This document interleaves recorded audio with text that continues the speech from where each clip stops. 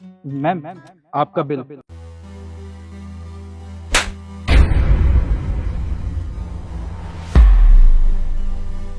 अब तो मुझसे बिल मांगेगा? हाँ, मैडम, आप ये क्या कर रहे हैं?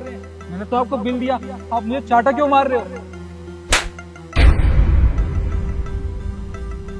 चाटा इसलिए मारा कि तेरी हिम्मत कैसे हुई हमारे पास बिल लेके आने की? हाँ, अरे मैडम, आपने खाना खाया है तो इसका बिल भी तो बनेगा ना, और मैं तो बस बिल लेके आया हूँ। तू जानता नहीं है क्या मैं कौन हूँ? उसके बाद तूने बिल मांगा मुझसे?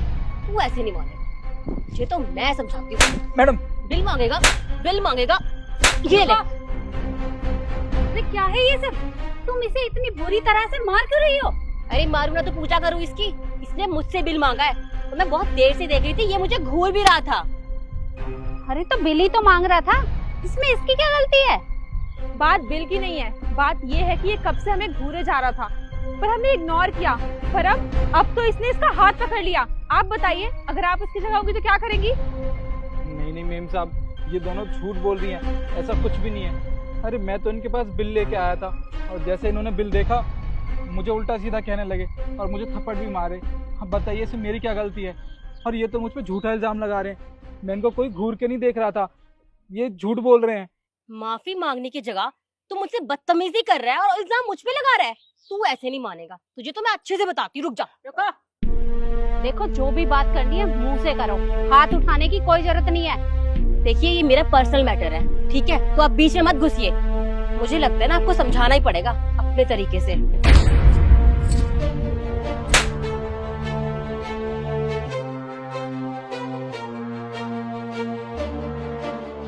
शर्म नहीं आती?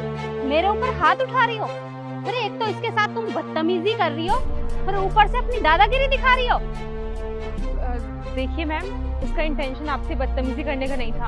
आप समझ सकती है ना, आप भी एक लड़की है, वो कब से छेड़े जा रहा है बेचारी को, उसे गुस्सा आ गया बस, इसलिए उसने हाथ उठा दिया गलती से। चुप करो तुम, मैं सब कुछ देख रही थी यहीं बैठे बैठे। इसने तुम्हारे साथ कोई बदतमीजी नहीं की है, ये सिर्फ तुमसे अपना बिल मांग रहा था और कुछ भी नहीं। ये तो हद ही हो गई। हमारा साथ देने की बजाय आप हमसे ही बोल रहे हैं कि हम गलत हैं। अरे ये हमें कब से घूरे जा रहा है और इसने इसका हाथ भी पकड़ा, बदतमीजी की इसके साथ। चुप करो तुम, लड़की होने का गलत फायदा उठा रही हो, इसके ऊपर इल्जाम लगा रही हो तुम। देखिए, शायद आप जानती नहीं है तो मैं बता दूं आपकी जानकारी के लिए कि इसके पापा ना एमएलए हैं, और वो यूं चुटकियों में आप दोनों को अंदर करवा सकते हैं, समझे आप लोग? इसलिए आपकी भलाई इसी में है कि चुपचाप मुंह बंद करके खड़े रहिए यहाँ पे। अच्छा, तो क्या करूं मैं? एमएलए हैं तो एमएलए हैं, इसका मतलब ये तो नहीं कि तुम यहाँ फ्री में खाना खा के चली जाओगी और इनका बिल नहीं दोगी। तुम लोग ना ऐसे नहीं मानोगे। मैं एक काम करती हूँ, पापा को फोन कर ही देती हूँ, वो तुम दोनों को बहुत अच्छे से समझाएंगे, ठीक है? अरे मेम साहब रुकिए, आप ऐसे मत कीजिए। अगर आपने अपने पापा के पास फोन लगा दिया तो बात मेरे ओनर तक पहुंच जाएगी और वो मुझे मेरी जॉब से निकाल देंगे। आप ऐसा मत कीजिए।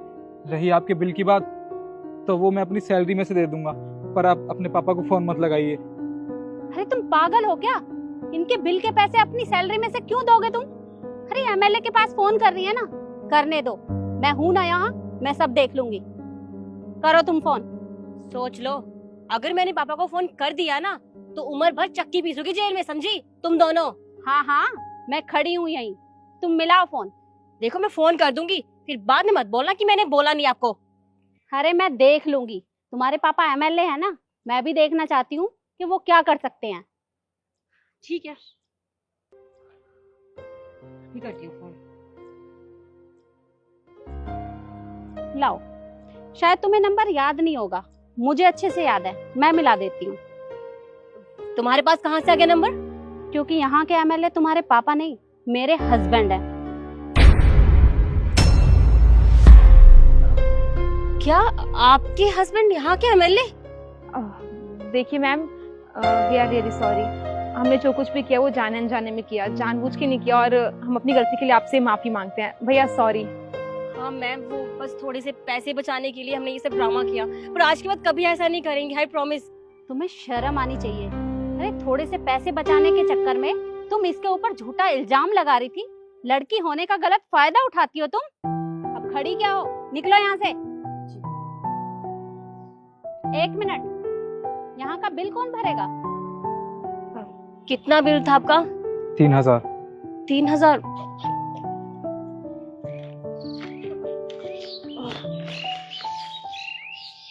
ये लीजिए। ये पकड़ो अपना फोन, और अगली बार से यहाँ दिखाई मत देना, समझी तुम? जी।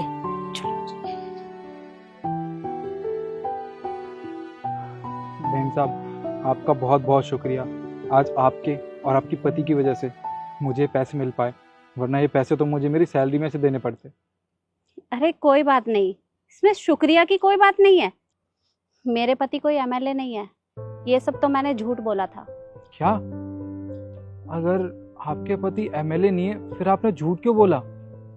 वो सब मैंने इसलिए किया था क्योंकि वो दोनों लड़कियां झूठ बोल रही थी। उनके पापा एमएलए नहीं है। अगर वो एमएलए होते तो ये 3,000 रुपए उनके लिए कोई बड़ी बात नहीं है। वो उनके पास फोन मिलाने के चक्कर में कितनी देर सोच रही थी, देखा नहीं तुमने? अरे वो झूठ बोल रही थी, और मैंने तुम्हारा साथ इसलिए दिया है क्योंकि मैं देख नहीं सकती कि मेरी आंखों के सामने तुम्हारे साथ ये सब हो रहा था। वो तुमसे बदतमीजी कर रही थी, बस इसलिए मैंने ये सब किया। बहन साहब, आपका बहुत बहुत शुक्रिया। अरे मैंने कहा ना, इसमें शुक्रिया की कोई बात नहीं है। और हाँ, तुमसे एक बात जरूर कहूंगी, अगर तुम सच्चे हो तो तुम्हें किसी से भी डरने की कोई जरूरत नहीं है।